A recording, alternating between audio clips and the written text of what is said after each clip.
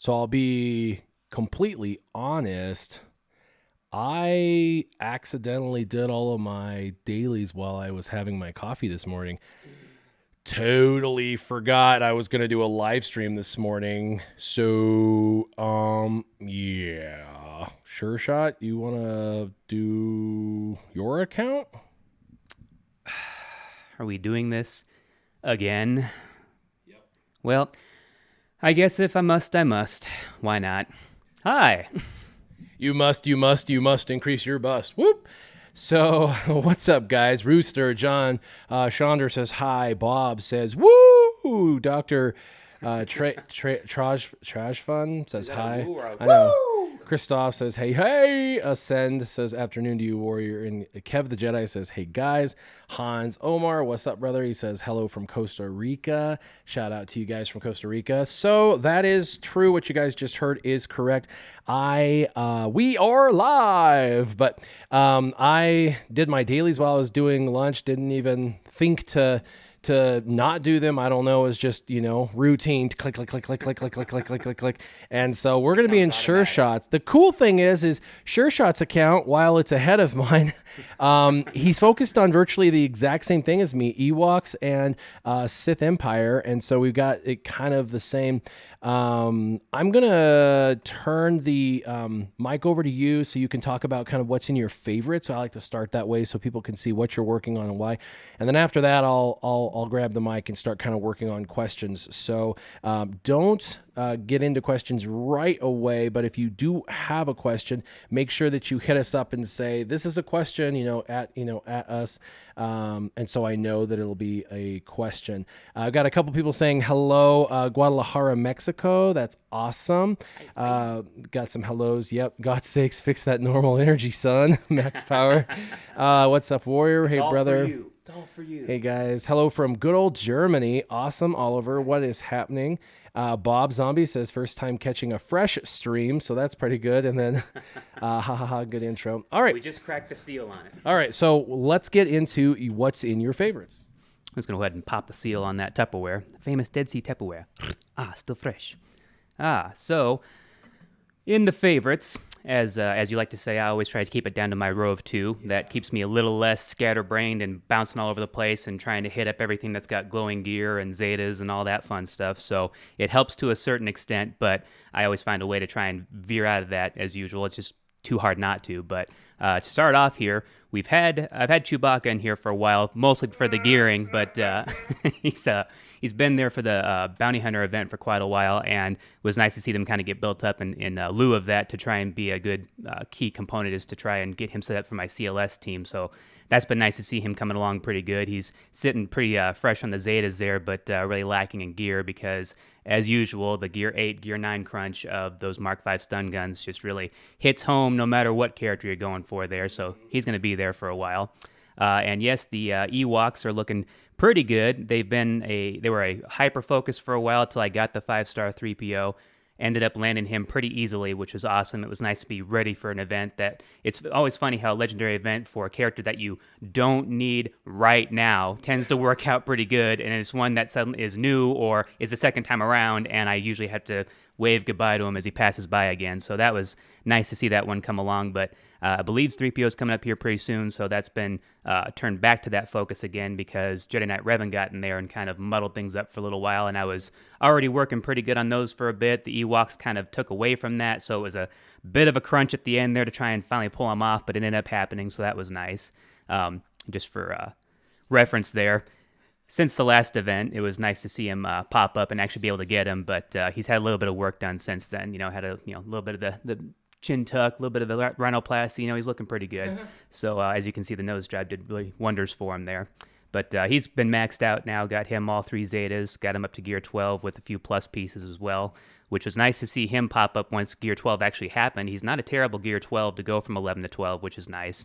To see the 3 gear pieces flashing green right away was also pretty amazing. It was nice to see that go throw up right around there because as soon as you get Gear 12, it's like, oh, okay, that's cool, but with no gear pieces filled in, it just seems empty. Even when you go to Gear 13, there's just that empty void sitting over there. Like there should be something there, some floating gear pieces, but nice to see him actually get up pretty quickly to that level. I'd like to see a few more gold 6-dot mods on him, but all in due time.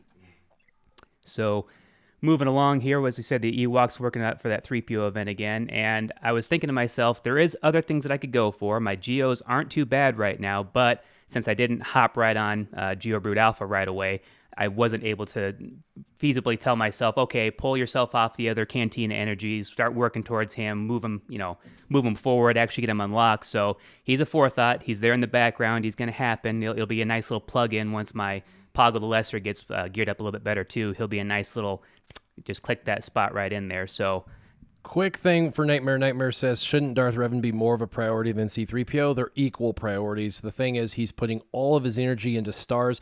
You have to have 7 stars. So all the energy goes into stars, and what's left goes into, like, starring and gearing. But most of the Ewoks you don't farm for. The only one you have to farm for is Wicket, as far as like a hard node. The rest of them, you're using all your hard node energy on the others. I'm sure of it. Really, really quick to catch up. Oliver says hi from Canada. Enough is one of my boys. He's on here, and he's saying what's up. Newfoundland, that's pretty cool. Keon from Newfoundland. Emily from Belgium. Aiden from Montana. Chris from Switzerland. Ben from England. And then Luke says, are you still doing roster reviews? And funny enough, I've got 2 scheduled for this week that I'm going to be working on. So there's that. Max Powers laughing because he says, I see you've only got 3 months left for Logray, which is hilarious because he's halfway through 6 stars. But that's true. It's like he just never shows up in the store, which is why when I started my alt account, I started buying his shards the moment I started the game. And it's definitely difficult. And the questions are starting to roll in. I'm on Michael Rogers' question, but I'm going to pass it back to you just to finish your thoughts on your roster. Alrighty. And yeah, that's a good point. I would say Darth Revan is a higher priority, especially for Arena, but going back and finishing up as the events are coming out, 3PO is probably the next in line, so I wanted to be ready for that too. So along with needing to get them started up, that's the reasoning behind why they're the higher priority at the moment here. And then the secondary will go back to being my primary, which will be Darth Revan. And of course, as you can see right now from my lower line here, from Basilishan Fallen all the way over to Carth Onasi, I got some catching up to do. The funny thing about Carth Onasi is I didn't sleep through the event, but it's almost as if I did, because when he came out, you had 4 days, 5 days to actually get him, and I was gone on vacation. I was standing at a friend's wedding, so I literally had no time to get on and do anything, and if it was to get my dailies, and he just became a complete afterthought. I assumed that I already did the event, and I didn't. Could be just the extra account that I did where I got him right away and easily, maybe made me think that it was already done. I don't know. So I had a lot of catching up to do. So I did finally unlock him, got him to the 3rd star, and he's dropping like a hot air balloon. Yeah. So it'll eventually get around to that. Basilishan, Fallen, Wicket, pretty much 3 of the worst farms in the game right now, aside from the veterans. I notice your Basilishan Fallen is exactly where mine is, which is Gear 8, and I guarantee when you popped over from Gear 7 to Gear 8, those 4 were glowing, because that's exactly where mine is at, those 4. The 3 to the right are done, and the top left one's done, but the other 2 are not. So it's kind of funny to see yours and mine are exactly the same. I don't have all of her abilities maxed out because I don't have her level 85 yet. So I can only I did level 5 abilities yesterday, and then today I was able to get her a little higher to 68 or 72 or something. And I was able to do some more to level 6, and now they're stuck. They can't go to level 7 because of her level. It's so many credits. I have 2 rows of favorites like you, and I've got my Ewoks and my Sith Empire in the favorites, or the Old Republic in favorites, and almost none of them are level 85. It is so difficult to get 10 people to level 85. I mean, that is over 60 million credits, and you get about 1 million credits a day roughly if you're lucky. So that's 2 months worth just to get 2 rows. So I'm just working it slowly, trying to get to it, but she's looking pretty good, in a not weird way. Fallen or regular, I'm good with both. I haven't liked that they redid the animation, made it look a little bit more realistic to what she actually looks like. But surprisingly, Fallen does look a little better than the regular. All depends on which side you lean to, you know what I mean? But no, she was actually a little bit of forethought. I initially started gearing her up and going for farming her, but of course, the regular Bastila became the new priority for that, and then she actually fell out of the favorites for a little bit, and then now that Darth Revan's more feasible, and I'm chipping away at some of the legendary characters, it's nice to see them going back into the favorites there. So we'll see how long that takes to come about. But for a while there, I was back and forth on Geonosian Brood Alpha or Darth Revan, and right now, Darth Revan 3PO winning out. Let me see your Gear 12s. Gear 12s. Let's go ahead and do some organizing here and go by gear tier. It's so nice to see the first couple lines all filled up with Gear 12 there. It makes you feel really good for a second until you start scrolling down. Then you only have to go a few more rows, and then all of a sudden, So yeah, let's see what is the total up to now. That's 6, 12, 18, 19, 20, 21, 22, 23. All right, 23 whole characters up to Gear 12. Woohoo!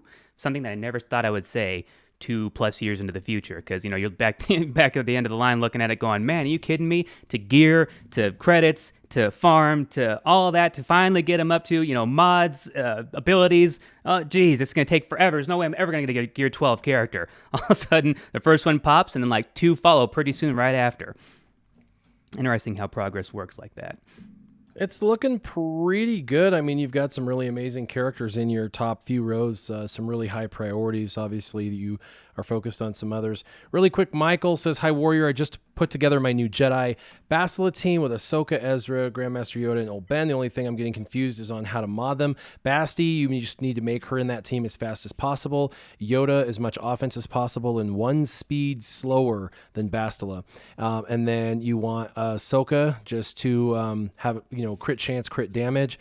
Ezra, crit chance, crit damage. And Old Ben, just as much defense, health, and protection primaries, but defense and health mods with protection and primaries. You could also do a speed set and a health set for Old Ben, make him a little fast, get him around 200, and he will do his mind erase or whatever, which works really well. So that's good. Nightmare, we did address his. Darth Revan is as big a priority as C-3PO, but it just doesn't look that way because you went for C-3PO months ago, which is why that looks like it was a bigger priority. Yes. Ascend Hades says, Warrior, I'm not a patron, but I could use a roster review. Can you give me any tips for the Nest and B1 nodes as ships, as I don't have Han's Falcon? Real quick. No biggie. I know. Those nodes that are very, very difficult really require kind of maxed out geos, or you need to have Houndstooth, or you need to have Millennium Falcon, or you need to have like the dark side, like First Order maxed out with the shuttle maxed out with like high advanced. You've got to kind of have some pretty heavy damage dealers. They got to be max. Bottom line, the character's got to be like Gear 11, Gear 12 to be able to do it. Houndstooth and Millennium Falcon just make easy work with that. John says he's from Michigan. Matthew says he's from Texas. Johnny Yeet says Sure Shots account, and yes, Sure Shots account. Oh wow, that stinks. Obviously, you just saw me get skunked on Wicket there. Yep. Not a shard. Yeah, that happens. Wicket is terrible. Yep, Grande Vergas from California. Bob says South Carolina. John Doe says Las Vegas is where it's at, which is weird because your name is John Doe.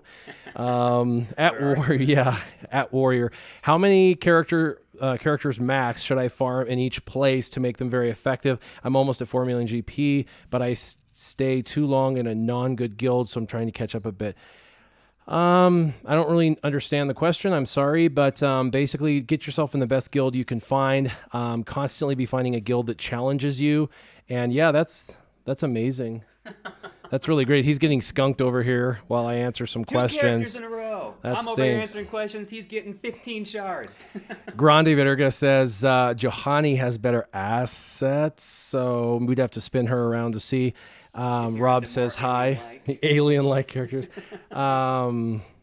Sure Shot. This is John. He says he got Padme when the event got out this last week. She's Gear 9, 5 stars, but she kicks butt. I have her 6 stars and Gear 10, and she's amazing. I can't wait for Grand Arena. Had to wave her goodbye again. Yeah, and then U3 Pog40 says, in your last stream you gave me some advice. I used it. It worked in a way, so I had to kind of rework it a little bit, but now I'm able to get top 10, and I'm not even in the shard chat, so thank you. That's pretty awesome.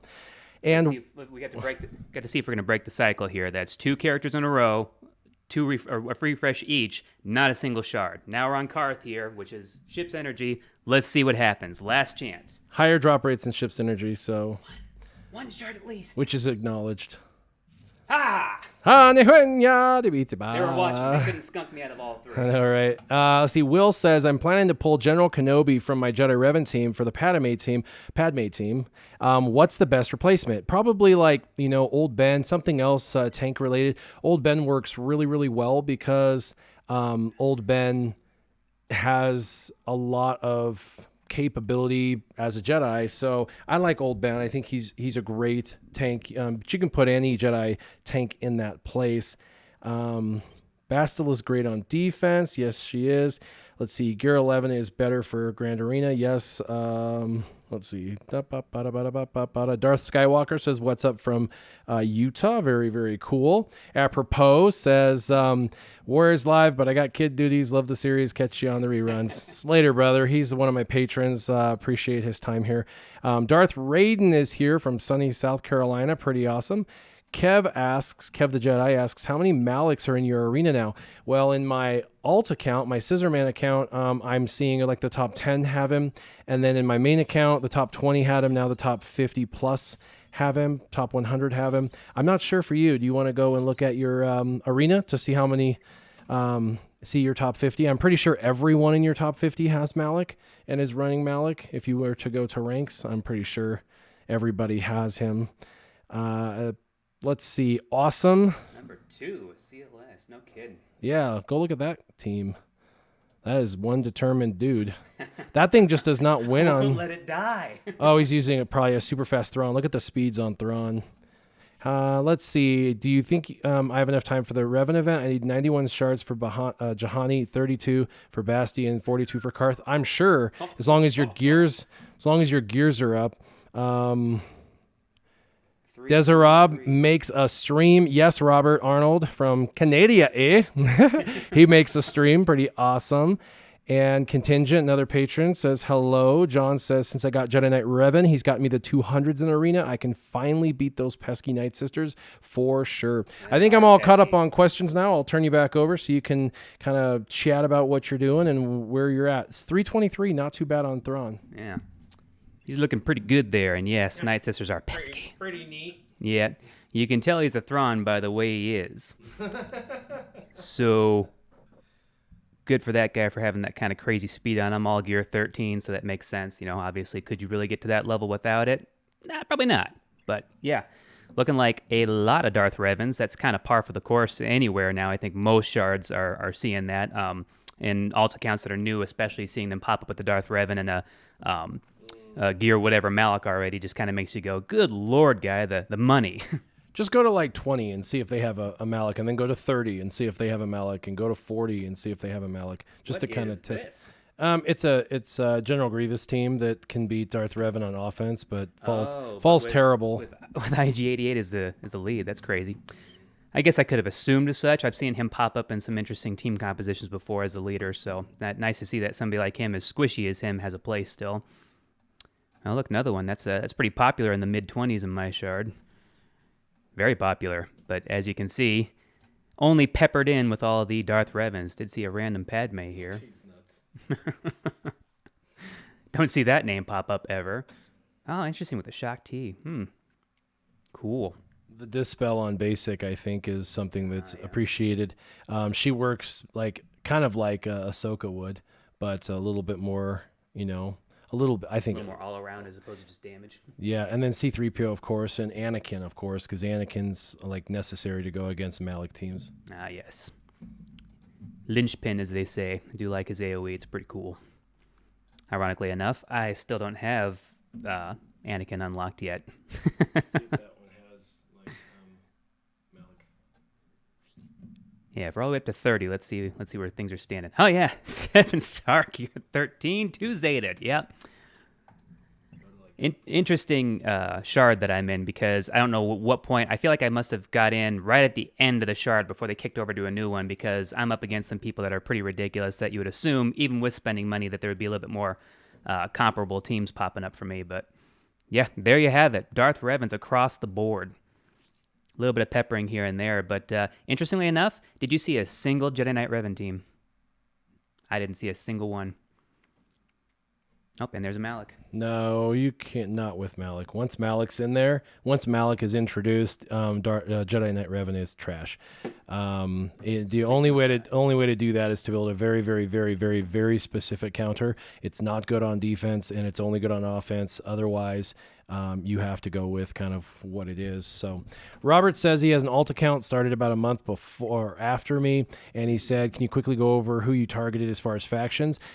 Basically, I followed my pillar system. The only thing I didn't go after was First Order.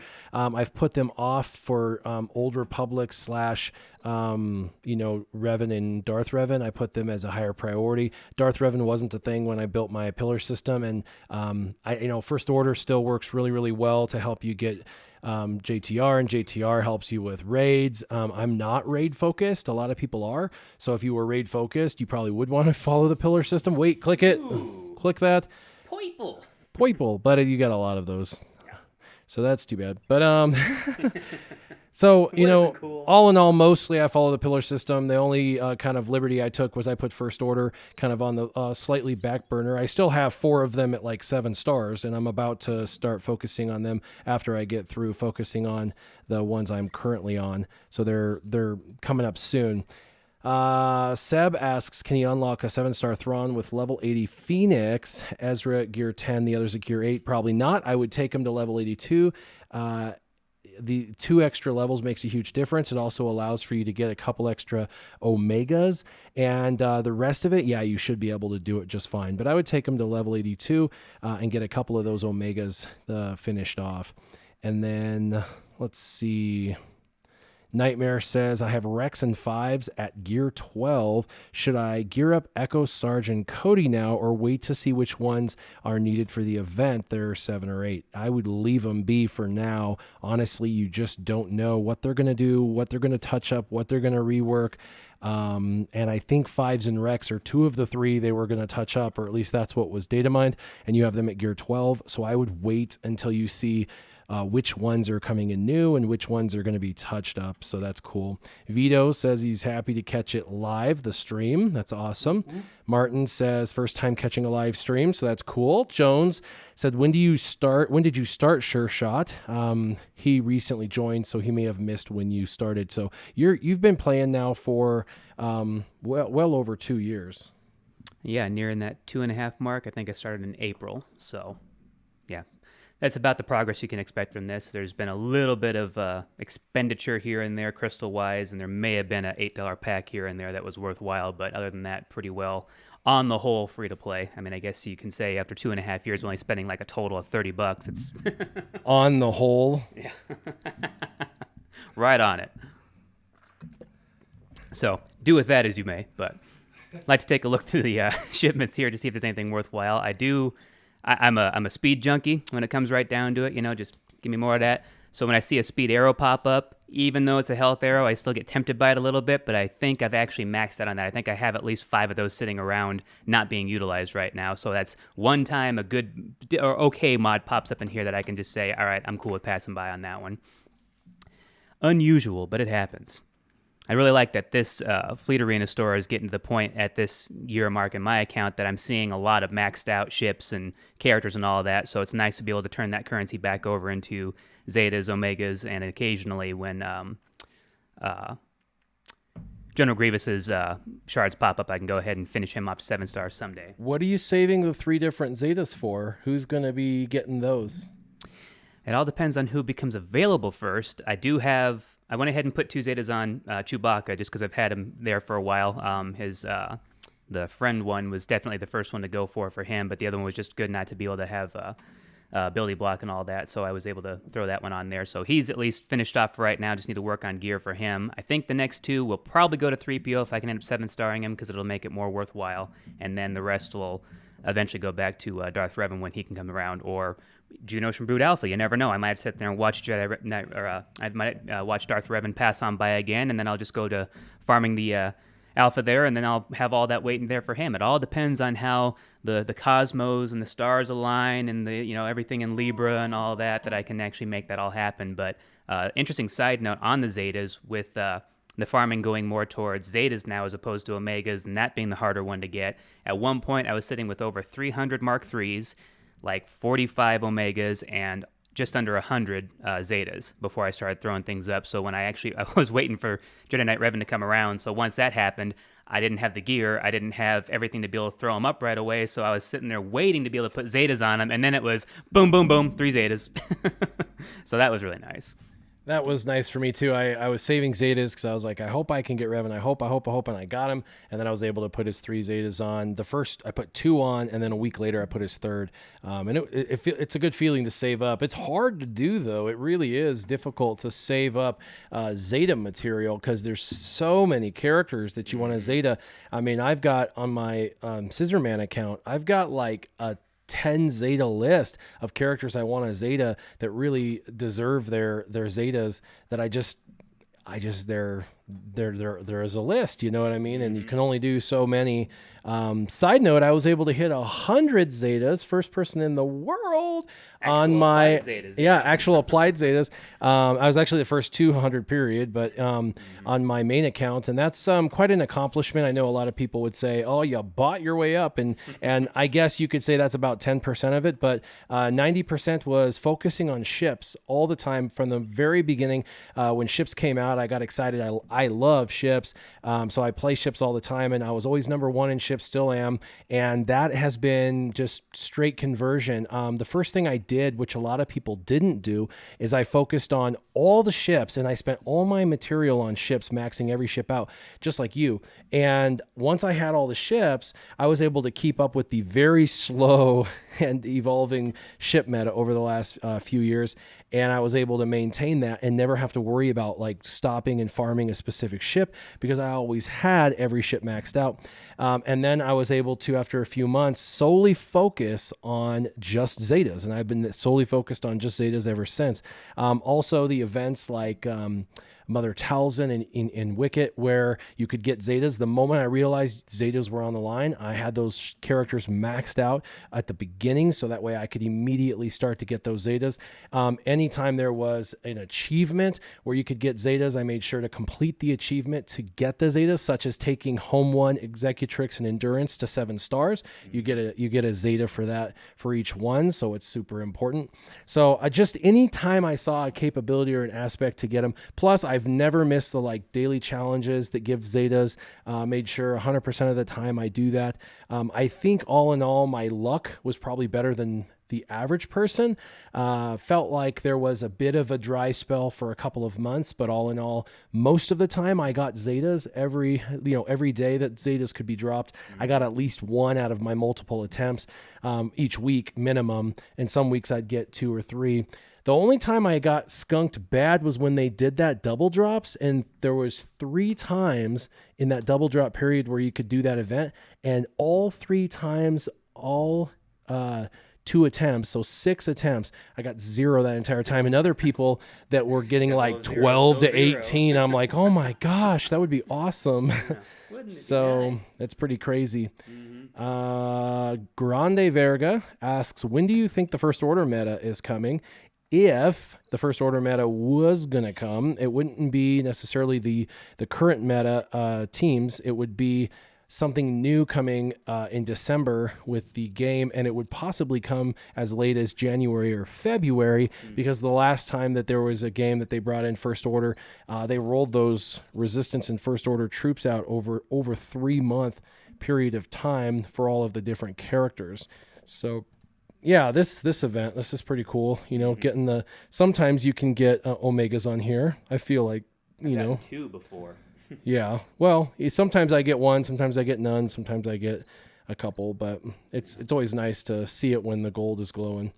Morton asks a quick question. Thank God for all this great gear. Yeah, the gear needs reworked. This is probably needed gear that just fills me up and makes me feel like, oh yes, I'm so glad these events come around. If you're going to rant, let's give you the mic. Morton says, quick question on the pillar system. I'm between 3 and 4. I'm working on Ewoks now. Awesome. When would you go for Darth Revan? Padme somehow comes with Geos, but where is Darth Revan? So Padme does come with Geos, and you kind of focus on Geos for ships. So that was kind of something that fell into my laps and actually doesn't even need to be on the pillar system because it happens naturally now if you just go after ships. And Darth Revan, I had not on the thing at all, and I said, focus on it in, Pillar 5, but I've actually taken First Order and Darth Revan and kind of flip-flopped, and so I'm doing Darth Revan's Old Republic in Pillar 2 and 3-ish kind of time frame, and then First Order is going to go into the 4 and 5-ish pillars. So I've kind of flip-flopped First Order and Old Republic for those two characters. Now, I did that because I am more arena-focused and not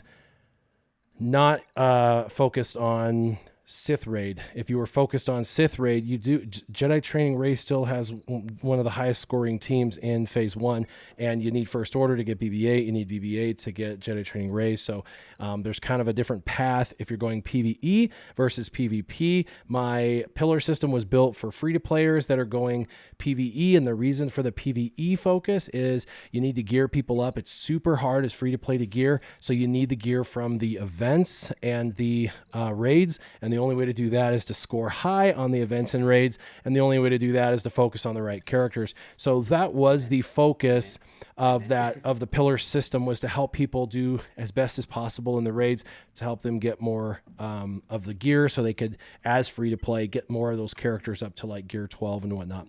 Side note, I tried indoor escalation this morning on my alt account because I have them all like 6 and 7 stars, but they're all like gear 6 level 3 abilities, not even close.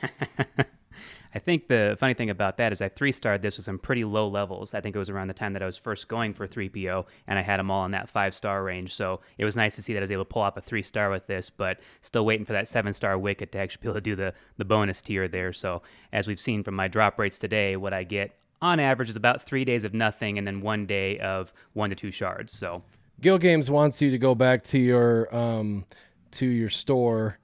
Go back to the store, go to shipments, and go to Galactic War Store. Go all the way to there it is, Galactic War Store.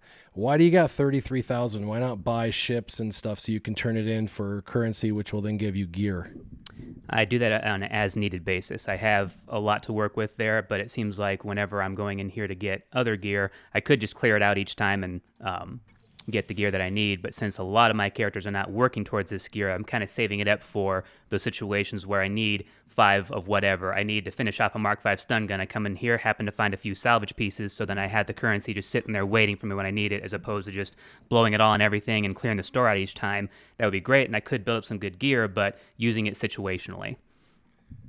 So you're super strategic. That's awesome. That's exactly what I was hoping I was going to hear. X-Master says he got Phoenix ready for Thrawn in the Palpatine event. Who should I focus on farming next for Jedi Revan or CLS? I would be focused on...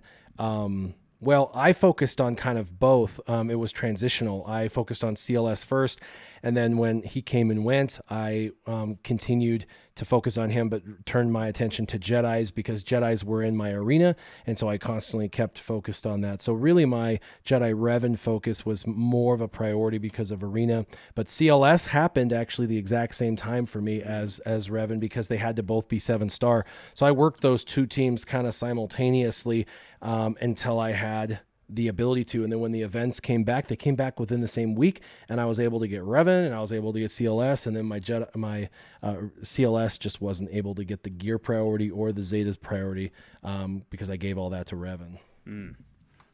Now, as you can see, the struggle that I'm working with here in the area of my shard and arena that I'm at, I am still running a that's right.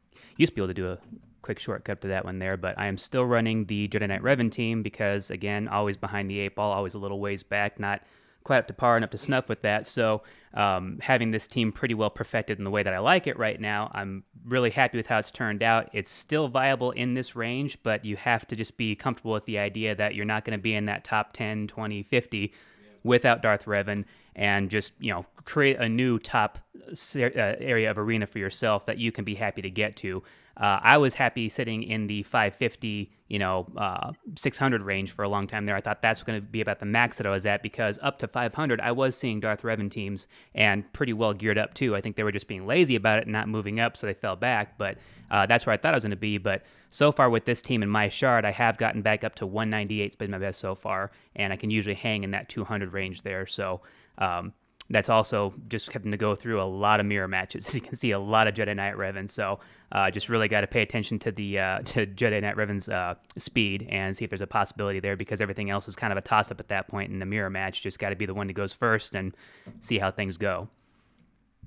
So are you going to go ahead and do a mirror match so I can watch you sweat for 4 minutes? I was curious about this team. We are pretty identical GPU-wise and everything else, and I've got 6 speed on my Revan over his, so it is a possibility. Usually I don't go for the top tier one here, but this guy was faster than me, and then this guy is Zlor Bingtagger. He was faster than me, and then Bad to Kill was lower in GP and probably what happened. But as far as a challenge is concerned, let's go ahead. Let's see what happens here. Now, my method, I like killing Yoda twice off the bat just because he's an easy kill, gets rid of that overdue there, where he bounces back right away. But I go right to Jolie Bindo after that. Your suggestion is usually going to Bastila to keep him from getting Bastila's benefit from having him heal and get protection. So the issue that I have when you have mirror matches is that you got to kill Yoda twice. He's the squishiest. You can mark him, kill him once, kill him twice. You expend the revive that Jedi Knight Revan has. After that, General Kenobi's taunting, and if you try to go for someone else, he's going to taunt. You might be able to go after Jolie, and because of his natural critical hit immunity, you might be able to not crit him, but you might. Depends on how people modded him. If he crits, then you're back to General Kenobi. So I kill Yoda, then I kill Yoda, then I kill General Kenobi, then I kill Bastila Shan, and by that time, Jolie brings the 3 of them back to life. It stinks, but I'm able to kill Yoda again, Bastila Shan again, and then Kenobi again, because they all have that crit hit immunity when they're brought back up, so I can target who I want. And then when they're dead a second time, I can very, very, very fast, within 30 seconds, kill Jolie and Jedi Knight Revan. And the reason is Jolie does not have the retribution from Kenobi, and he does not have the buff from Bastila Shan. See, that buff that Basti gives makes them have a counter chance. Apparently with Jolie, it gives him 100% counter chance, and as you're mollywopping him, he's just countering every single time, gaining back health and protection, and you can't cut in at all. Now, you can use the buff from Jedi Knight Revan to target him without him countering, but there's only so many times you can do that when you're trying to get him down. So you can do what you do, but I noticed that when I do that, your strategy, Yoda, and then Bindo, and then, like Kenobi and Basti or whatever, it takes like 4 solid minutes, and sometimes I time out. When I do it my method, it takes about 3 minutes every single time. So I've switched my methodology, and what's funny is on my main account, I did it the way you're doing it. And on my alt account, I just found it was easier because I'm under geared comparatively sometimes to the people I'm facing at times. Some of these teams are gear 13 now that I'm having to face, and so they've got harder hitting characters, and I really can't be stuck on Jolie Bindo, who's gear 13. I've got to be able to take him out fast, and the only way for me to do that is to make sure he doesn't get battle meditation, because when he has battle meditation, he's basically impossible to kill. So when Basti's gone, he won't have that battle meditation, but let's do it. Good luck with that. Let's go ahead and give it a shot here, see if it's even still available. Otherwise, I'm probably going to get this opponent's already in a battle. Doesn't happen all the time on the top guy, but sometimes. All right, let's make an effort here. Hey, fast enough already, so I get to go first. So let's go ahead and take out Yoda there real quick. I like to go right for that first kill immediately. Sometimes I'll go for the AoE with Yoda, and then I'll do the spread out the love and give everybody the buffs, but sometimes that works against me as such with here. Now, as far as this is concerned, I can't call him to assist right now, can I? Yoda. So, save that for later. Go ahead and take a small hit on him. Hopefully he'll wake back up there. Let's see if I can clear anything off from everybody. Now I can call, at least just give him some more health there. And then, of course, he spreads the love out to everybody, and he's back up to nice, decent health and protection there. But hopefully Basil will pop up here pretty quick, and then I can shut up that taunt, which doesn't look like it's going to happen at the moment. So I already had my revive on Yoda once. See if we can do some damage there. Not enough. Go ahead and give him a little more love there. That didn't cleanse anything off, but oh well. No. Don't do that one? Why? Ouch.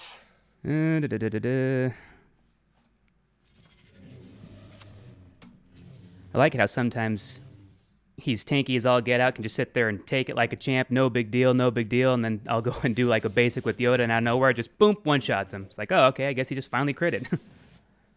Let's see if I can go ahead and bring Yoda back there.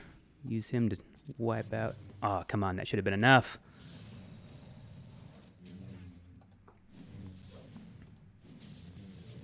Now, from this point, should I go ahead and move over to Basilisk since I've already killed him once? Or keep on knocking Yoda out there? Yeah, do what you want. Do what I want. Hurry up and move, basically. Let's go ahead and try it. Since I can hit through that. Oh, man, nothing.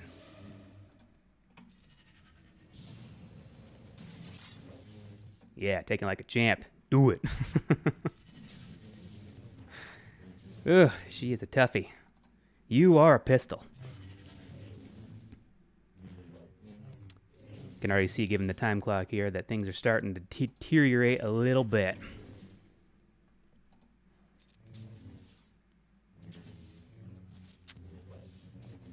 Guess with this tough enough. You're just going to have to do whatever your plan is because trying to do somebody else's plan on the fly isn't going to work. I guess it's because it's not fresh on my mind. It's not something that I do all the time. Well, I think at this point it's probably going to be moot to go after Jolie, and since I am stuck on her at the moment, let's just keep on chewing away till that debuff falls off there, and until they successfully chew through the rest of my team. It was nice to be able to go first, though. At least I have that. So the problem I saw was you got stuck on their General Kenobi, and he had plenty of time to put up his Retribution. The moment they have Retribution, you're just totally screwed, which is why I try to kill... Yoda will steal your Retribution, and so I like to try to kill Yoda twice, like you said, and then I like to kill their General Kenobi, so I don't have to worry about it. Now, kill her, because he just used his revive. If you kill her, kill General Kenobi, Yoda, and then you should be able to move over. But I think you're going to run out of time at this point. It's usually a time game when it comes to mirror matches, and I don't time out a lot, but usually if I go with my method, I either win or I don't. Sometimes it's a pretty big landslide. They just kind of run over me after that. So I guess mine is the bit of the 50-50, where sometimes it works, it's great. Other times just like, yep, nope, they're just going to keep on running over you. What can I do here? See if I can give him a little extra protection there. That Basilisk just does not want to fall. That's the other thing. You want to look at how much health and protection they have on Bastila, because sometimes people build their Bastila to be specifically very tanky. Mm-hmm. And that's just difficult, because now don't have enough time to chew through Bindo, which is what I'm going to have to do in order to win at this point. So, I did that with their Retribution. That didn't work out very good. So, just keep on making a few bad mistakes here. Usually I allow myself about one per battle, but usually that one's enough to really offset things enough anyways. So this is what happens when you try to do somebody else's strategy. You always go Yoda, and then Jolie immediately, and it works for you, and that's how you win. So, once you have something you know is good, you should have revived. 20 seconds left. Oh, it doesn't matter. No, moot point there. I just want to get a few more licks in before I go down swinging. And they got them all back, but it's okay. Battle cry. Ah! Just jump to your death. Finished it off quickly. Nope. I love how it goes over a few extra seconds too, so they get a chance to get a few more licks in. What? I can't do that? There we go. Kill one person before. Nope, nothing. I tried. I made an attempt. If we had an extra 8 minutes, I'd try my strategy and see if that does anything different, but then it would be a different team, so... Always pay attention to their speed, though, because obviously that's the first thing you can go for. If you can get that first hit off on a mirror match, then you're doing pretty good. Is that the same one? Yeah. What does she got? What are you working with here, other than a dual lightsaber? Ooh, yeah, that's pretty decent. That's pretty neat. Yeah, it's pretty neat what you got going on there, Bastila. Well done. That's pretty tanky. I've seen tankier, but that's pretty darn good. I've had better. So, while that's hitting the refresh, and I don't know what we're working with time here, so depending on what I have left, I think I got all my dailies done. So I'm going to be getting, I don't know if you guys know, I got a root canal last week right after the stream. That didn't go so well. The guy was trying to numb my mouth really, really good because of the root canal, right? And while he was trying to do the numbing, he accidentally hit my nerves a half a dozen times. Which I proceeded to scream like a little child, I'm sure, but it was just natural react. You know, you're like, and then that didn't go so well, but I was like, you know what? I don't care. He hit 6 nerves. At least they're numb now, so we should be good. And then he started to drill down into the tooth, and I had 3 roots in the tooth, and they should have all been numbed, and 2 of those 3 nerves were not numbed at all. And he drilled directly into the nerve, and that proceeded to cause me to try not to bite his hand off when he did that, but he realized very quickly he needed to inject more numbing agent directly down the tooth top into the nerve, which he then had to strike the nerve again, going down and injecting it into those nerves. Wow. It was, I've had a blood gas where they stick a needle straight into your arm. And they hit like 6 nerves doing that. And they said they were going to, because blood gas is hard to get without striking nerves. And I've also had a spinal tap when they thought, and I was in the Navy, I took that large fall in the Navy, like a 54-foot fall in the Navy, which caused my injuries. When I went, they thought I was having an aneurysm because I was having such severe pain. And they had to do a spinal tap. But fun fact, I'm malignant hyperthermic, which means I am allergic to anesthetics. Anesthetics can kill me because I have an allergic reaction and die. I've been clinically dead twice in my life where they had to bring me back to life. So there's a fun fact and story time for another day. But so when I got, the more you know. So the when I got my spinal tap, they found out I was malignant hyperthermic, and they said, you know what? We can't give you anything. We're gonna have to do the spinal tap without any feel good. Sorry. So that spinal tap, that blood gas, and now that tooth being drilled out are the 3 most painful experiences I think I've ever had in my life. Pretty bad. Michelangelo says the dentist seemed to really get on my nerves. Yep, very much so. So that's pretty funny, but it was a terrible experience. But nonetheless, guess what I get to do today? Go back? I get to go back. A couple of things. One, I'm having nerve pain under that tooth. Apparently, the nerves recoiled down into the gum line, and there's some nerve pain there. And the second thing is he wants to put a crown over that tooth because now that the tooth is dead, it can rot real fast if it doesn't have a crown. So they're going to do a crown. And we're gonna try to address the nerve issue. So I don't really know, man, but crazy. Matt McCourt says, can you explain why you started with Akbar as your capital ship before switching to Tarkin? I'm currently on your 6-week following your lead. Great videos. So I started with Akbar because I knew I was going to end with Akbar, and then I actually switched from Akbar to Thrawn's ship, not Tarkin's ship. And then I had Thrawn's ship until I was able to get Millennium Falcon. Once I had Millennium Falcon, I went back to Akbar's ship and finished that off. So that's the route I went on my Scissorman account. Warrior Basrick gave 5. Thank you very much for the donation. He says, Warrior, in your recent video about mods, you said that flat defense rolls much more than any other secondaries. Does that apply to percentage defense too? Yes. And somewhere on Reddit, there's actually a guy who has thousands and thousands of rolls that were tracked, and it shows the percentage at which each secondary rolled, and it shows like speed and offense is the lowest rolled chance, and then the other one is higher. So do your method, by the way. Okay, you killed him twice. Making the attempt here. Yep, I want to see your like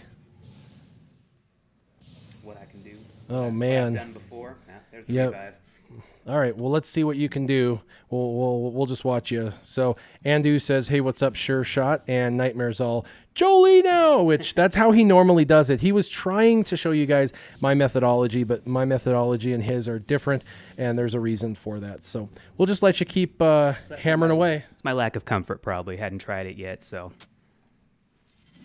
Oh, lost Revan already. Oh, my goodness. See if we can go ahead and clear some buffs off of him, even though I would have probably rather used that for the ultimate or the upcoming taunt from GK. But we'll roll with it, see what we can do with that. Who can I call to assist to help me out here? Let's do that number. It's always looking good until you can get that. He's got the buff now. Yeah, the buff is there. The buff is happening. But sometimes persistence pays off, you know. Let's see what we can do with that. Probably nothing, but, you know, you just sit there and watch that meter just move right up. He's actually pretty fast, too, so I didn't take a chance to look at that. So clear off that. Eesh. And they got Retribution, so let's see if we can give everybody a little love here. Got to wait for the cooldowns again for Jolie so I can bring back Revan because they already knocked him out once. Yeah. And I went after this team specifically because they were slower, but I guess he saved all of his good mods for Jolie there because, man, there's just... I already killed Yoda twice, too, so it's not as if that's the part of the strategy there. But, yeah, sometimes there Jolie just sits there and laughs at your crom and your full wins. This is where the frustration starts to build up and boil, you know? Yeah, this is painful to watch, my friend. I'm struggling to... I think I'm going to go look at questions really quick. You do that. All right. So Michael asks, would you advise prepping for Negotiator meta or the Malevolence meta? And there is no Malevolence meta yet because you can't even farm for the Malevolence. And I'm sure the Malevolence will be just as hard to get as... in fact, I think they're probably going to drop the Malevolence into one of the currencies, probably get to. So my guess is the Negotiator meta will be before the Malevolence, and there will be some people that will have to choose between the get to currency going to Malevolence or going to Negotiator. But I can say the Negotiator has all the ships it needs now to be a good ship, and there's potentially more ships on the horizon. The Malevolence, there's not really any ships that are really built for a Malevolence meta. So I would say definitely Negotiator first. I'm going to go 5-star Negotiator. Yeah, this is painful. I'm going to go 5-star. You should let me try and battle him and see if I can win. Probably not, but you should see if I can try anyway. Or do you want to do the next one? Oh, no. You got a minute and 3 characters? No, man. Talk about attacking, putting me with my arms tied behind my backs. Yeah, Eric, I understand you don't attack Jolie when he has battle meditation. That was the whole point of me saying that. Right. So that's rough. It was moot even then. Yeah. So I really think it's going to be Negotiator, but what I'm going to do is go Negotiator 5-star, and then I'm going to start saving all of my currency, even though I'm probably going to spend it on Negotiator. I'm going to keep it and just start hoarding it after I unlock the Negotiator. And then once we realize or know what's happening with Malevolence, I'll either have some currency to go towards the Malevolence and get it unlocked too, so I can try it, or I can focus and put all the rest into the Negotiator and get it up. Because you can spend currency pretty fast. 4 resets a day, 4 times a day. If you have the currency, you can spend it lightning fast. So I'm not too worried about that. I'm going to get Negotiator unlocked so I can use it and see how it is. And then, like I said, I'll start saving currency to see if and where they drop the Malevolence. So you're probably going to need the Negotiator for the Malevolence. That's probably true. And if I have the currency available to take Negotiator to 7 stars, then I'll be able to just, during that event, take him up to 7 stars and take it up to 7 stars. So hopefully that helps you guys out. I don't know if I can beat this team at all either, but I would love to have a whack at it. And then after this whack, I will do a story time for everybody. I hope everybody's excited for story time. The story about my pain in last week and this week and stuff is not classified as story time. That's just something fun you get to listen to, how terrible I was in pain. That's just something fun they get to do. Anything else you can do for the next 4 minutes? Well, the team that I was going against there is no longer available, so it won't be an exact match of what was going on, but the one that is up there now is a slower... Was it Kranga? Yeah. I didn't catch his name, but I knew he was at his JKR was at 228 for speed, so that's why I picked him especially. But I was more curious as to what his Jolie mods were looking like. But I don't know if he's popped back up there again. So let's see. So I would like to see you make an attempt on Coringa. Well, that's the one that I tried the first time with your method. So yeah, that would be interesting. And yeah, he will sit there until he gets knocked out of that third position for me. And or, gotta be correct about that kind of stuff these days, or else you get beaten with a 2x4. So, yep, at 260 speed, so just under as far as speed goes. But let's see what his Jolie's looking like. Their Jolie's looking like. Not uber impressive. So the protection is actually not a bad idea. I know a lot of people that go all in on health, and I actually did the same thing on my alt account. But I can tell you actually regenerate protection because of Jedi Knight Revan. And so if you have a really high protection pool, you'll regenerate a ton of the protection back. So under Revan, it's really hard to kill Jolie if you have a ton of protection, if you have a high protection pool, because of that regeneration. And then Darth Mar gave a donation. Thank you very much. He's a patron of mine. He says, "Sure shot, your head just turned red." He says, "Don't stress on the Jedis. The pirate meta is coming." And he's right. They are going to be bringing in pirates into the game. They did say that by the end of the year. So I'm pretty excited about that. One of my favorite is Hondo. I think Hondo and some of his buds are going to come in, and that will be a fun team. But I do think that Hondo and his team are going to be more like the bounty hunters, where they're really good in Grand Arena and Territory Wars and maybe even the raid, but not so much in Arena, because Arena is designed to be kind of the highest end. And I don't think they're going to want to make Hondo better than Darth Revan. I think I think they're going to be trying to bring out some other meta. The good news is we're almost into September, and they're going to start rolling out the future meta probably in November. So I don't see more than about 2 more months of this meta, which will be nice, because they spoon feed us. Yeah, they spoon feed us the metas now, so it just kind of is what it is. All right, so do we want to swap and see if I can do this? I don't know if I can or not, but we can try it. 38, unless we want to do a refresh to expedite that. Adam says, when and where did they mention the pirates coming? It was in a public chat. I think they were doing a Q&A, and they were asked about Hondo. Yeah, they were asked about Hondo Akanaki, like if they were going to let Hondo in and those, and they said, oh yeah, that's definitely in a plan down the road. We're just focused on separatists right now, because it was a Q&A that they had, a public Q&A, and it was back before the separatists kind of started to see all of their love. And I remember them talking about, Hondo and bringing him in. In addition to that, I've been on many trips, and they have this huge, in Capital Games, they have a lot of art. Actually, they have art all over the wall. The art is awesome, but they have this huge art piece that has like every Star Wars character under the sun. It had Shaak Ti on it. It had Hondo on it. It's got all the cool characters on it. This huge artwork is amazing. And I remember looking at it and going, so is Shaak Ti going to come to the game? And they were like, eventually.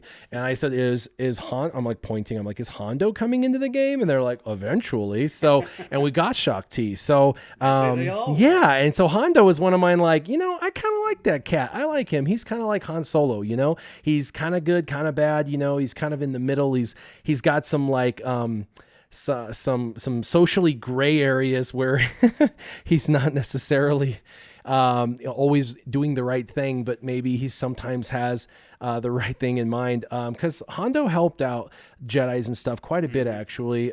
So I like Hondo. I'm excited. Also kind of goes back and forth. Yeah. All right, let's do this. All right.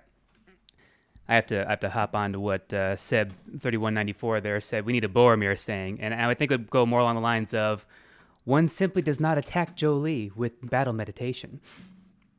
Just like one simply cannot sleep without a fan on. I mean, it just doesn't happen. Now, I have no idea your turn order, your mods, what has what's durable, what's not. So I'm just going to play it as if it's my team. But I can tell you that I have no idea how this is going to turn out. So I'll just do my best.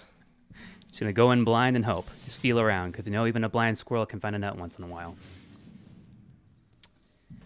What's everybody doing over here? I didn't see any other questions pop up other than the Pirates one, so can't hop on any of that in the meantime. I would try to give colorful commentary, but, we try to keep this PG as much as possible because you are playing with my tunes here, so when they don't do very well, I kind of feel like this will actually work out well. My frustration will build for him, but since he's in control, it won't cloud his judgment in his mind. Use the Force, Luke. And interesting, too, that's not a correct quote either. It's technically just use the Force. He never said use the Force, Luke. No, that's impossible. Can't do a very good chickmunk face there. They're definitely durable. Nightmare. Why such a thing? My team, my Cubs, they are phenomenal in so many ways, except for on the road, except for closing pitchers, except for hitting in clutch situations. So when I get to see a team that's on the road to a victory against a very struggling Phillies and Bryce frickin' Harper, who gets a ridiculous payday and proceeds to sit on the bench and not do anything and just basically give up most games, suddenly out of nowhere cracks a frickin' game-winning walk-off grand slam. Are you kidding me? Okay, yeah, no, not good. Not happy, not fun with that. No, yeah. I'm not hopeful for this year, unfortunately. It's not looking like 5 years in a row going to the playoffs? That's definitely more than, 10 good years of Cubs. That's something we haven't seen before. A World Series win, let alone. Dude, I don't. You guys don't hit hard at all. Oops, No. That was an accident. Luckily, he had the buff. Hmm. Yeah, your offense looks like it might be a little bit. Well, and to that, there might be a little bit of leftover modding for when Basler was the lead, just because I liked everybody to be heavier, and with all that bonus protection, it was helping things out. So it might be a little bit more geared towards that, or modded towards that. Guys aren't hitting anything. They're not getting through anything. Well, what's funny about that is I do have Yoda's offense up over 6,200. So that's good. But that happens. I mean, that helps out, one hit out of every 55 hits in a battle, so that's nice at least. But, not a fun game. I didn't watch that particular one, ironically enough. Well, no, it wasn't that game. I did go specifically to a sports bar to watch a Cubs game, and I go in and sit down like, sweet, the Cubs game is on. At that same pitch, at that same swing. It's frozen. Turns out that particular sports bar has satellite. So, therefore, clouds came out. No service. Sorry, can't happen. You're not going to see the game today. Sat there for over 2 hours hoping that it would come back on to at least catch the tail end of the game, and just sat there and watched the same. They didn't even change the channel because obviously they couldn't. They didn't just want to turn the TVs off. Instead, I just got to sit there and watch. I think it was not Russell, or Corleanos or whatever the guy's name is, just sitting there ready for that pitch for 2 hours. So that was a pain in the butt. But I didn't. I went to a different sports bar who didn't have that channel for the Cubs game, and just got to watch it later on the highlight reel. So yeah. Not a Bryce Harper fan any day of the week ending in Y, let alone in a situation like that either. So, not happy. Did I drive that point home good enough? Was that badgered efficiently? Plenty of salt. Let me just get a little bit of salt there on that for you. So with a minute 30 left, what do you got going on here? Well, look at you're not doing any damage hardly. So that's the problem is you got to chew through this team faster. Chip away. And hey, they probably hit just fine. This particular team just happens to be RNG, mega class 4 armor, You're outmatched. However, I think we're gonna win. Got them both up for you.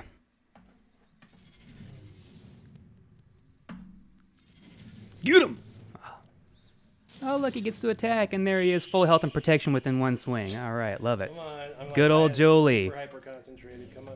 Everybody's Jolie but mine. Mine does actually take a hit pretty well. It's not the problem. Had I been able to finish him off and he had not been in the red, that would have been a win. So we tried. You're modding for the record. Everyone's hitting wet noodles except for your Yoda. You've gonna have to turn that around. Health for Jolie. You need a ton of offense if you can. Secondarily on Revan and Basti.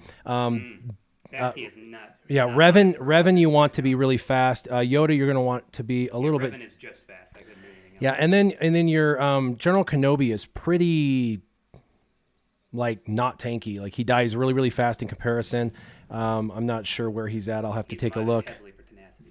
He's modded heavily for tenacity, so that would be good against non-mirror matches, but for mirror matches, you would want that not to be that way. So Because that's going to be the bulk of what I'm going through right now. yeah, we almost did it. That was definitely a team that's got better modding than you, but I want to take a look at I'm just curious. Let's see. Yeah, you've got that. You've got better modding on Jolie. General Kenobi. Oh man, that's terrible. You've got about 80,000 health and protection. He was specifically loaded with defense, and he had good protection and defense for a while, or health there for a while. But I went ahead and switched him over to tenacity because it seemed like he was getting debuffed quite a bit.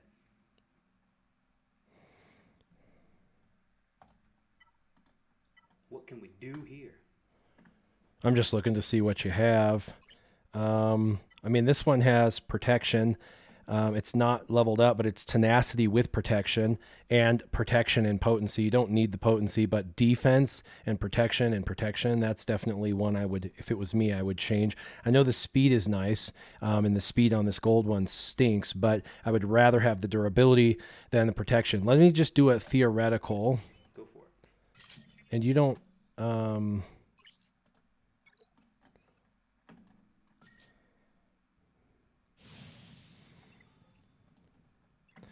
I mean, the speed's still at 200 or above, and you got 10,000 protection off that one mod. Noise.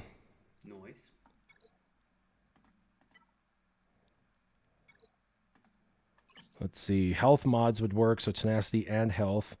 So there's a protection. Let's see if there's any with speed. I don't think I see any with speed default, but you could roll these to see. So like this one... I got a few credits to work with. There you go. First one we do. Extra speed. Yeah, and some defense and offense. That one's solid. I like that one. Let's do that.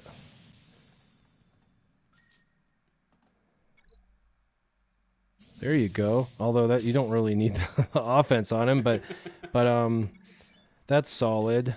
And I mean, so his damage is higher. His speed's almost 200, and now you've got 20,000 more protection. Aye. Yep. Let's see.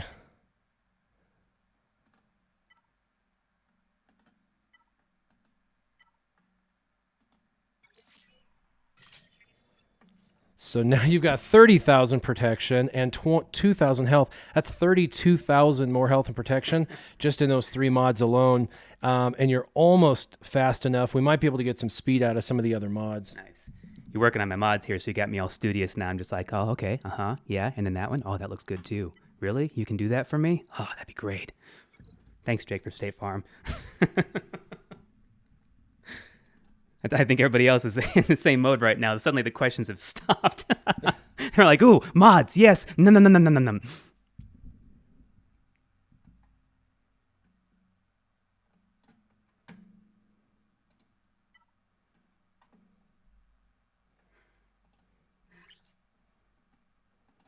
Fiddler, ooh. 130k health and protection. Nice. Cabin Fiddler seems to think that his GK is better than mine. That's cool. That's fine. I'm all right with that.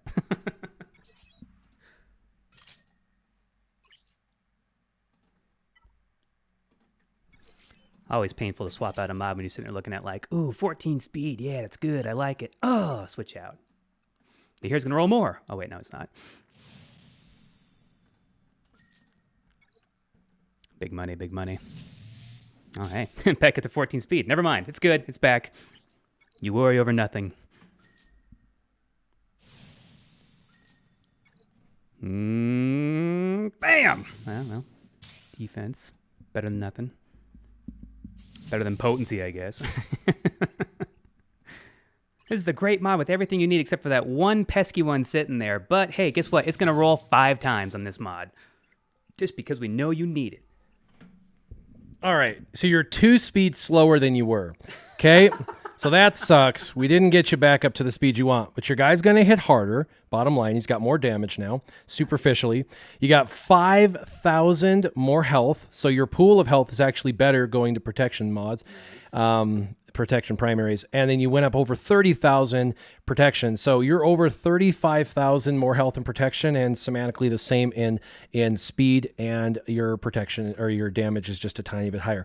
The bigger thing is your armor went up from 42 to 43. That's actually pretty good. You're almost at 44% armor, which is better for, the reduction of the damage that they're doing. I think that remodding of your General Kenobi was really, really important. He definitely absorbs a lot, and you want to make sure that he is there doing exactly that, absorbing as much as possible. You've got 2 health sets and a tenacity set, so that's good. And I think all in all, with 3 protections, that's enough. You can get higher, but man, you were at 80,000. And now you are at, 120,000 basically. So you went, almost 40,000 health and protection up. 40,000, that's a lot. That's quite a bit. So We went ahead and got those new brakes on there for you. You're going to need some new tires eventually, and you might want to think about our rust undercoat protection. Highly recommended. But that total brings you to $2,000. All right. And then, we need to work on her mods, but we are crackheads, and mods are our drug. Yes, that is true. So we're at 10:52. I gotta go to get my stupid crown that they gotta give me drugs for and shoot my mouth up with a bunch more needles.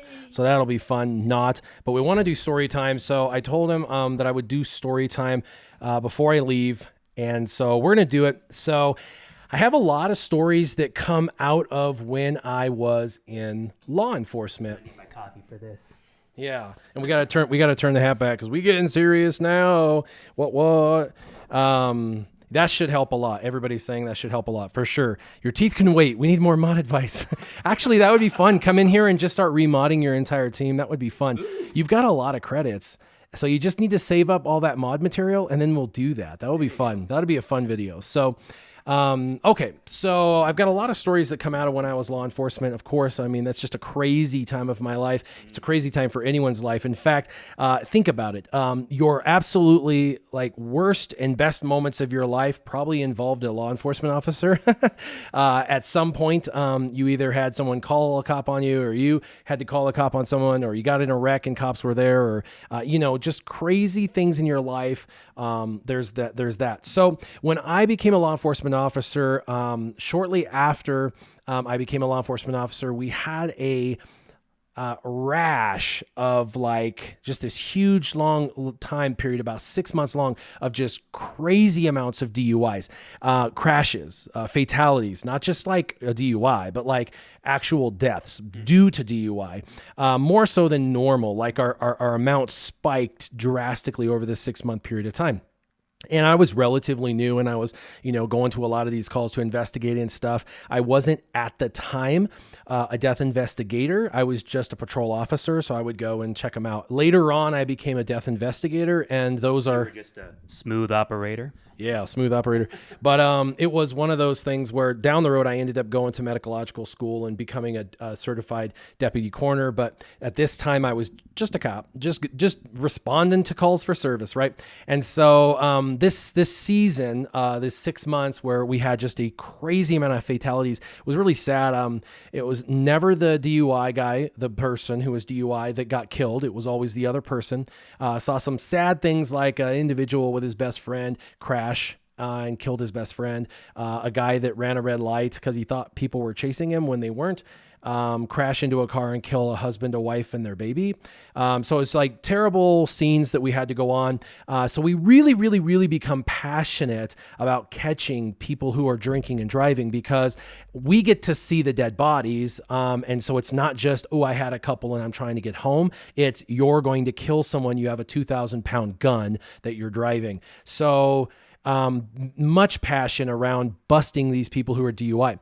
Well, we had a guy who was driving a Mustang 5.0 twin turbo. It was like an 88 Mustang 5.0 twin turbo. And he was taking off, and he was going over 100 miles an hour, and he hit a corner, and he was trying to take the corner, and he flat out just lost control, and he went up onto a curb. It jumped his car into the air, and there was a pole, like a telephone pole, and then it had those like metal guide wires that go down to the road, and his car smashed into the guide wire sideways, cut his car in half, literally behind the driver's seat. Like, everything behind the driver's seat was cut one way and flew 100 yards one way. And his front two seats, no floorboard, his feet were on the pedals, and the engine went 100 yards the other direction. It just literally split, and they went two different directions, 100 yards either way. That's how fast this guy was traveling. Now, crazy enough, the dude survived. We got a call of the crash, a DUI guy, racing really fast. And then we got a call of the crash. And so me and another officer were the first on scene, and we looked, and I was like, I showed up and I got to the car, and I was like,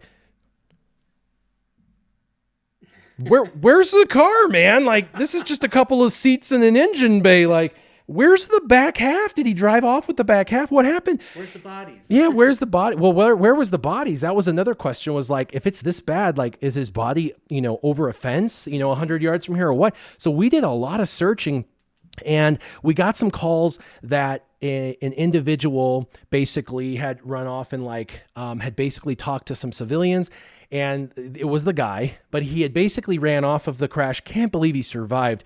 I can't believe it. Like, it ripped the floorboard out from under him. When it crashed, it ripped the floorboard out from under him, and the car went in half, and half of it was down there and half of it was down there. And he just didn't have to open a door. There was no more a door. He just kind of got out and started to run down the street. And when we showed up, he wasn't there. Well, anyway, we get a call from someone who lives a couple blocks away, and they said, you might want to come to our house. And I was like, okay, what's going on? And they said, well, are you looking for someone? And I said, yeah, actually, we're looking for a guy who's DUI, who crashed his Mustang. And they said, well, we had a guy run up to us on that road and ask for a ride, and we said no. And then we drove home, which was a couple blocks away. And he kept running, and eventually, when we pulled into the driveway, he ran up to us again. Like, he was running that fast that he was able to catch up to them a couple blocks away within a few seconds. And then he asked a second time to them. He followed them. He ran after their car and said, please, the cops are after me. I've got to hide. I've got to get out of here. Otherwise, I'm going to get arrested. And so they said, well, sure, we're going to help you. So why don't you hide in our trunk? So they popped the trunk, and he went, good idea. So he jumped in the trunk and shut the trunk and said, thank you, guys. They then got out of the car, walked a little bit away, and called us and said, hey, are you looking for a guy that just totaled his car? We have him in our trunk. And we didn't put him there. I promise we didn't put him there. He got in. And so we showed up. And of course, at the time, we didn't know if he was armed, if he had a gun or knife or anything like that. So we all show up, we get our M4s out. A couple people go hands-on. I was one of the hands-on guys, so I didn't have a weapon out. I had my handcuffs because I was going to be the guy to go in and handcuff. And we show up, they walk out. We're super quiet, right? Because we don't want him to know what's up, and we want to get the jump on him. And so they come back out and they say, hey, man, I think you're in the clear. I'm going to pop the trunk. And he's like, thanks, bro. Thanks. I can't believe it. You're so awesome. Thank you, man. I was going to get busted by cops. And there's 4 of us now. And 2 of them have M4s aimed at the trunk. Like, if he pops out with a gun or something, it's over. And I'm about to go hands on with another guy. Him and I, have cuffs, and we're ready to take him on hands on. And, I'm to the left of the trunk. This other guy's to the right of the trunk. And then 2 guys are back away from the trunk with the guns aimed straight in. And we pop the trunk. They pop the trunk. And it's like, boom, right in there. And I'm grabbing his arm. And, and he's like, what? Oh my God. And he totally got arrested. And he was just in the trunk sideways. I have no idea what made him think that somebody was going to help him. I guess, the hatred for law enforcement is strong enough that maybe somebody out there would have helped him. and get away. But these people had the astute nature of seeing the crash, seeing him a couple blocks down the road, putting 1 and 1 is 2, kind of putting 2 and 2 together, and realizing this guy was the guy who caused the crash, and subsequently cut his car in half. Crazy. He survived that. But anyway, we took him off the road. We got him out of the trunk. We arrested him for DUI, leaving the scene of an accident, things like that. And we were able to make sure that he wasn't out there hurting or killing anyone else. So kind of a crazy night, but that was just one of many stories I've had in my life when I was in law enforcement. It's just one of those things where, lots of crazy stuff like that happens. That 6-month period of time, I have, a dozen of those stories that come out of that time frame when I was, dealing with all those DUIs. So lesson here is, everybody, have fun, have a good time when it comes to getting somewhere. If you've consumed anything that's going to inhibit your ability to make decisions in any way, just get a ride, walk, ride a bike. Not super drunk, don't ride a bike, but walk, get a ride. Or if you feel like you're fine, but you're maybe not, it would be better to be on a bike. If you fall over on a bike, it's better than, falling over in a car onto someone. So it's just, yeah, it's just whatever. You can still get a DUI on a bike though, by the way. So I'm not propagating you ride a bicycle if you're drunk. I'm just saying, it's definitely safer for you than it is. But I would prefer walking, getting a cab, calling a friend, doing something where someone else is responsible for. Yeah, Uber. A $20 Uber is better than a $20,000 DUI, or having it on your conscience that you killed an 80-year-old, or that you killed a family, or that you killed your best friend. So those are all 3 stories that did in fact happen. And that's sad. That was definitely a learning lesson. And it actually checks everyone. It checks even me, because I go out and have a beer or 2 with you, and you have to make a determination. Have you had too much to be driving, or do you feel anything? And those are decisions we all have to make every single time. So, well, I appreciate everybody coming in for some story time. That was fun. I was happy to be in Sure Shot's account today. That was a good time. Appreciate you coming and hanging out. It is now 11 o'clock. I got to go get more pain in my mouth. I got to go have them jack me up some more and put in a crown. So that's going to be fun. But I appreciate you coming on. No problem. Glad to be here as always. This was Sure Shot. And this is Warrior. Keep your gaming on. Out.